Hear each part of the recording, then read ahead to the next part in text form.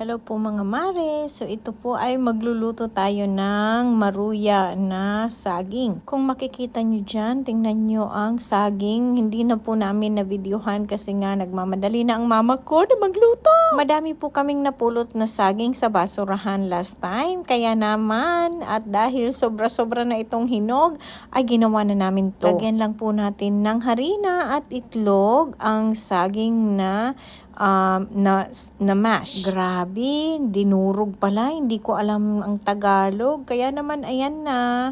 Dahil may itlog na po yan, ay hindi pa yan pwede. So, kailangan natin lagyan ng konting asukal para sweet tayo.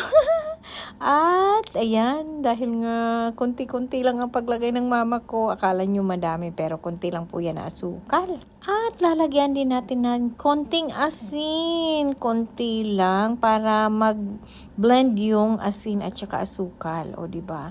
Para may alat-alat at tamis-tamis. So, ayan na nga, lagyan na natin ng water.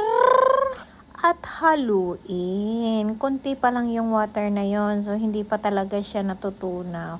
Lagyan uli natin ng water. Ay, magpainit na tayo ng mantika doon sa ating kawali at maglagay na tayo ng konti. Shape lang kung anong gusto nyong shape. Bilog, pahaba, parisukat, parihaba, kahit ano. Basta ang importante, maluto itong ating maruya. So, ayan ang mama ko. Naglalagay na siya ng kanyang pahaba-haba na maruya. Uy, nako, excited.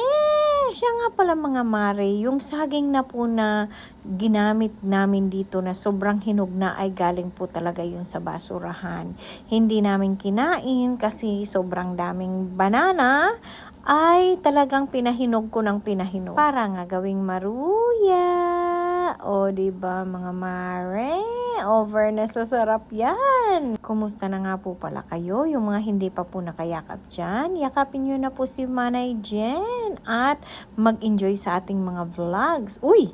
Binaliktad na. Ayan na, ang sarap na. At ito na po ang ating finished product.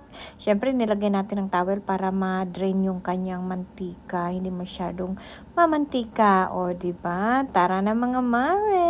Overness na sa sarap. Hindi po yan masyadong matamis at hindi rin yan siya maalat. Siyempre, trinay natin buksan or i-open at baka mamaya hindi pa talaga siya luto. At yan po ang pangalawang salang natin ng mga maruya. Hello mga everyone. Kaya don't forget, love you all.